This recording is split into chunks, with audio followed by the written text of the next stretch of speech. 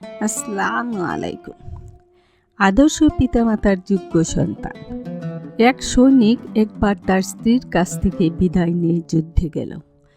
তখন তার স্ত্রী গর্ভবতী। যাবার সময় সে স্ত্রীর কাছে 30,000 স্বর্ণমুদ্রা রেখে গেল। এরপর বহু বছর কেটে যায়, যুদ্ধার ফেরার নাম নেই। অবশেষে দীর্ঘ 29 বছর পর সে বাড়ি ফিরে আসে। ঘোড়া থেকে নেমে সৈনিক বর্ষা নিয়ে ঘরের দরজা আঘাত করলে এক টকবগে যুবক বেরিয়ে আসে। যুবক আগন্তুকের হাতে বর্ষা দেখে বলল, হে আল্লাহর দুশমন, তুমি আমার বাড়িতে হামলা করতে এসেছ। লোকটি কথা শুনে তাজ্জব বনে গেল। বলে কি এই যুবক, আমার বাড়ি এটা, অথচ সে কিনা আমাকেই ডাকাত বলে অভিহিত করছে।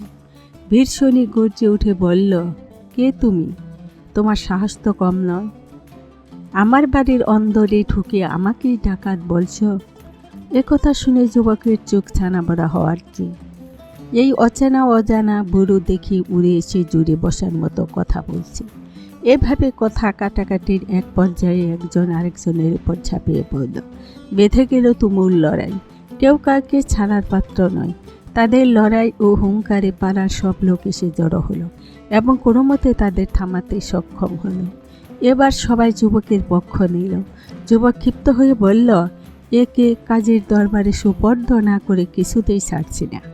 লোকটিও হুঙ্কার ছেড়ে বলল, এই দুশ্চরিত্র ছেলেকে আমি বিচারালয়ে নিয়ে যাব, সেখানে যা হওয়ার তাই হবে। প্রতিবেশীরা লোকটির ধীরতা দেখে দ্বিধাদ্বন্দ্বে পড়ে গেল। তারা বলল, ভাই, আপনি বোধহয় বাড়ি চিনতে ভুল করেছেন। এই বাড়ি ওদেরই, ওরা বহুদিন ধরে এখানে আসে। লোকটি বলল, হতে পারে না, আমি ঠিক চিনেছি, এ বাড়ি আমার, আমি তো অমুক গোত্রের সর্দার। তখন বাড়ি থেকে এক মহিলা বেরিয়ে এসে বলল, রাবিয়া, চুপ করো, উনি তোর বাবা, আমার স্বামী। মুহূর্তেই উত্তপ্ত পরিবেশ পাল্টে গেল। সন্তান পিতার বুকে ঝাঁপিয়ে পড়ল, বলল, আব্বা, আমাকে ক্ষমা করুন, আমি আপনাকে চিনতে পারিনি। লোকটিও ছেলেকে না চিনে নানা কথা বলায় লজ্জা পেল। ছেলে বলল, ঘরে চলো বাবা, কিছু মনে করো না। ঘরে ঢুকে লোকটি স্ত্রীকে বলল, আমার ছেলে এত বড় হয়েছে? স্ত্রী বলল, হবে না, সেই কবে আপনি যুদ্ধে গিয়েছেন, ফিরলেন এতদিন পরে।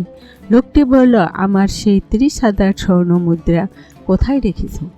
এবার লোকটি একটি থলি এগিয়ে দিয়ে বলল, এখানে আরও 40,000 স্বর্ণমুদ্রা আছে, একসাথে রাখো। স্ত্রী বলল, সেগুলো আমি পুঁতে রেখেছি, কিছুদিন পর বের করব।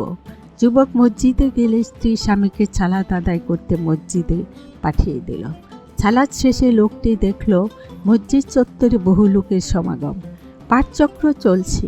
কাছে গিয়ে দেখল এক অল্পবয়সী যুবক জড়সড় হয়ে অধমুখে দরস দিচ্ছে, আর বহু গণ্যমান্য আলেম ওলামা একান্ত মনোযোগের সাথে তার দরস শুনছেন। লোকটি আশ্চর্য হয়ে একজনকে জিজ্ঞেস করল, কে এই সৌভাগ্যবান ব্যক্তি? লোকটি বলল, তিনি হলেন মদিনা নগরীর সবচেয়ে বড় ফকিহ ইমাম রাবিআতুর রায়। বাবা ছেলের পরিচয় পেয়ে যার বন্যায় খুশি হলেন। হৃদয়ের দুকুল ছাপিয়ে আনন্দের বন্যা বয়ে গেল। তিনি প্রাণ ভরে ছেলের জন্য দোয়া করলেন ও আল্লাহর শুকরিয়া আদায় করলেন। বাড়ি ফিরে স্ত্রীকে বললেন, আজ আমি তোমার ছেলেকে এমন অবস্থায় দেখেছি যে অবস্থায় কেউ তার ছেলেকে দেখেনি। সত্যি আমি সৌভাগ্যবান। স্ত্রী তখন হেসে বলল, আপনি এই 30,000 মুদ্রা চান না এই ছেলেকে চান? আপনার রেখে যাওয়া 30,000 স্বর্ণ মুদ্রা দিয়ে আমি এই সোনার ছেলে গড়েছি। আপনি খুশি হয়েছেন? তিনি বললেন, আজ আমার খুশির সীমা নেই। তোমার মতো মহিয়সী মা যার আছে তার এমনটি হয় তো স্বাভাবিক। আমার কষ্টে অর্জিত অর্থ তুমি হকের পথেই ব্যয় করেছ। আল্লাহ তোমাকে এর উত্তম বিনিময় দান করুন। শিক্ষা, আদর্শ জাতি গঠনের জন্য প্রয়োজন আদর্শ মা।